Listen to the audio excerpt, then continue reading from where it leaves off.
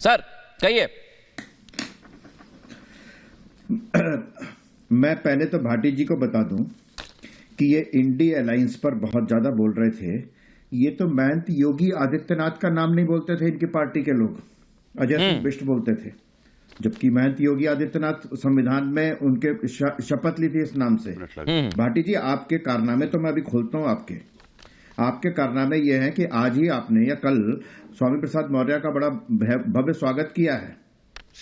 उस गाली देने वालों को, हम राम के विरोधी नहीं है, हम धर्म के विरोधी नहीं है, सनातन धर्म के जितने विरोध में आप गए उतना तो कोई गया नहीं है।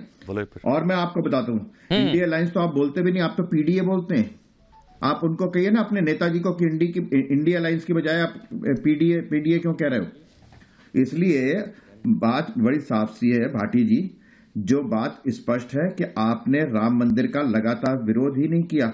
आज भी लगातार सनातन धर्म पर खिलाफ बोलने वाले आपके सांसद बर्क साहब हो, स्वामी प्रसाद मौर्य हो या और कोई हो, लगातार आप राम मंदिर के खिलाफ, हिंदू धर्म के खिलाफ, सनातन धर्म के खिलाफ लगातार बोलते हैं आप। इसलिए आपको स्वीकार करना चाहिए कि हाँ, हम खिलाफ हैं। इतना ही सीना तान करके बोलते हैं ना, तो इतना बोलिए।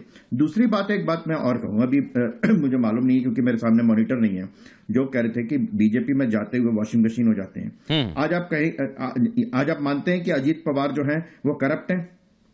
अगर करप्ट हैं तो उन्हीं करप्ट को, जब वो एनसीपी में आपके साथ सरकार में थे, तब क्या थे वो? वर्तमान की, यानी कि बीजेपी में आते ही करप्ट हो गए।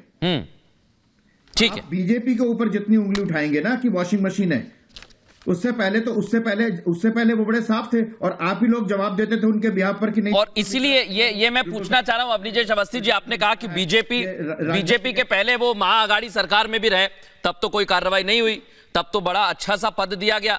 गुरु प्रकाश जी वो कह रहे हैं आप वॉशिंग मशीन है, जो भी आता है धुल जाता है। भाई आज मैं नहीं, अच्छा आप कंप्लीट कर लीजिए पहले। कि अगर आज ये कह रहे हैं कि वो करप्ट हैं, तो मुझे इस बात का जवाब दीजिए कि वो महाविकास अघाड़ी में मंत्री के पद पर क्या कर रहे थे। ठीक है, मैं जवाब लूंगा इसका। पहले मैं गुरु प्रकाश जी से एक सवाल करना चाहता हूं। सर वो बड़ा आरोप लगा रहे हैं और ये जनता को जवाब देना चाहिए आपको।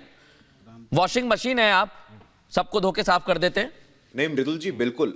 हाँ, नहीं मृदुल जी, बिल्कुल आपने बिल्कुल ही सही और सटीक सवाल उठाया है और मुझे मौका दीजिएगा जवाब देने का। बिल्कुल, मैं आग्रह करूंगा कि अपने विपक्ष के जितने साथी हैं वो एक बार सदन में हमारे वित्त मंत्री हैं भगवत कराड़ जी, उनके भाषण को एक बार पढ़ें। उन्होंने अपने भाषण में स्पष्ट कहा है कि इन्फोर्समेंट डायरेक्टरेट की वजह से 28,000 करोड़, ध्यानपूर्वक सुनिएगा, 28,000 करोड़ से ज्यादा की प्रॉपर्टी अटैच की गई है, फ्रीज की गई है, नंबर एक।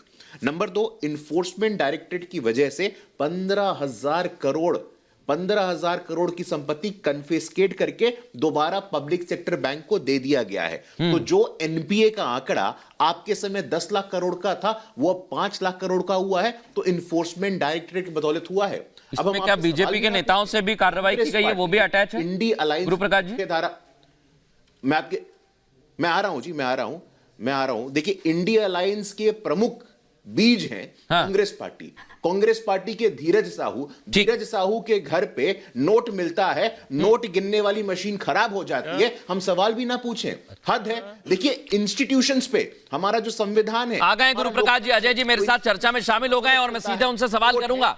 नमस्कार।